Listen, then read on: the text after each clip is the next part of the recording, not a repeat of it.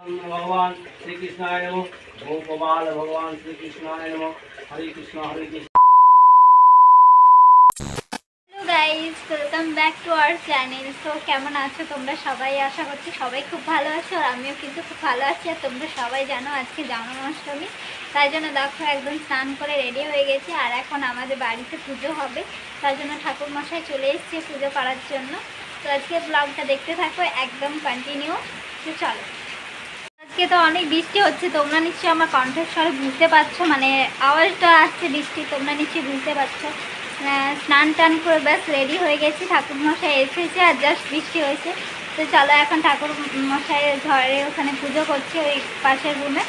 তো চলো আমি তোমাদেরকে দেখিয়ে দিই পুজো করছি ঠাকুরমশাই। সেটা কত বৃষ্টি হচ্ছে তোমরা দেখতেই পাচ্ছ গাইস, অনেকক্ষণ ধরে বৃষ্টিটা নামিয়েছে, এখনও ছাড়ার নাম নেই।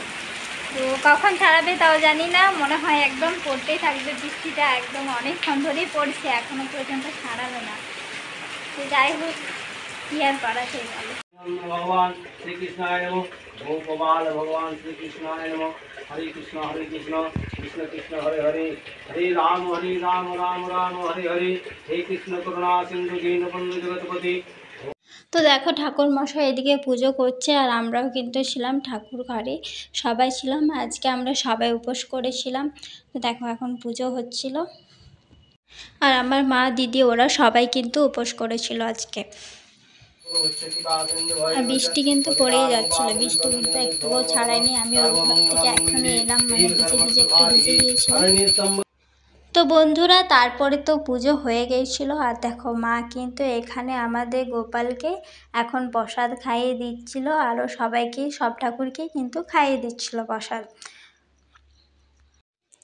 আর আমার মা কিন্তু প্রায়ই পুজো করে, মানে প্রায়ও বলবো না, মানে প্রত্যেক দিনই পুজো করে, যেহেতু আমাদের বাড়িতে অনুকূল ঠাকুর আছে। আর মা কিন্তু রোজ অনুকূল ঠাকুরকে পুজো করে, আর সবাইকে সব ঠাকুরদেরকেই আর কি। আর আমরা কিন্তু সোমবার সোমবার শিব পুজোটা করে দিই, মানে আমরা সবাই করি বলতে পারো। তারপর তো মায়ের সব ঠাকুরদের প্রসাদ খাওয়া হয়ে গিয়েছিলো, এবার কিন্তু আমরা সবাইকে প্রসাদ খাইয়ে দেবো সব ঠাকুরদেরকে। হ্যাঁ, এবারে কিন্তু গপু সোনা লেহেঙ্গা কিনেছিল আগেবারে, আর এবারে কিন্তু দিদি একটা ড্রেস বানিয়ে দিয়েছিল গপু সোনার জন্য। আর এখানে দিদি গপু সোনার মুকুটটা পরিয়ে দিচ্ছিল, আর দিদি ওই লেহেঙ্গাটা বাদ দিয়ে আরেকটা নতুন ড্রেস করেছিল, ওটাই জাস্ট গপু সোনাকে পরানো হয়েছিল। তো গপু মুকুটটা পরিয়ে দিচ্ছিল এখন দিদি, দেখো। তো তারপর তো আমিও গোপালকে কিন্তু প্রসাদ খাইয়ে দিচ্ছিলাম, দেখো। তো তোমাদের বাড়িতেও নিশ্চয় এরকম গোপাল আছে, তোমরাও কিভাবে পুজো করলে না করলে অবশ্যই কিন্তু জানিও কমেন্টে। আর দেখো গপু সোনাকে আমি মানে প্রসাদ খাওয়ানো হয়ে গিয়েছিলো, আরও যাদের সেসব ঠাকুরগুলো বাকি ছিল তাদেরকেও খাইয়ে দিলাম। আর দেখো এখানে আমার দিদিও খাইয়ে দিচ্ছিলো প্রসাদ সবাইকে, দিদি মা আমি সবাই খাইয়ে দিচ্ছিলো একে একে।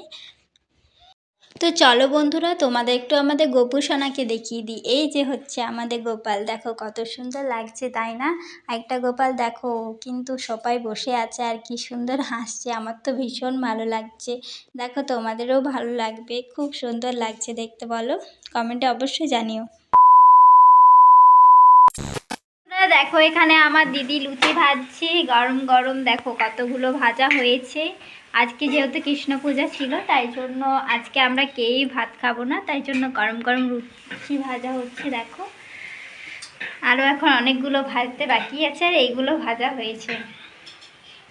তো বন্ধুরা আমাদের খাওয়া দাওয়া হয়ে গেছে। আর বন্ধুরা তোমাদের আজকের ভিডিওটা কেমন লাগলো আর আমাদের গোপালকে কেমন লাগলো অবশ্যই কিন্তু কমেন্টে জানাও। আর তোমাদের কেমন গোপাল পুজো হলো অবশ্যই কিন্তু কমেন্টে জানাও। আজকের দিনটা কেমন লাগলো তোমাদের, গোপাল পুজো নিশ্চয়ই সবারই ভালো কাটলো।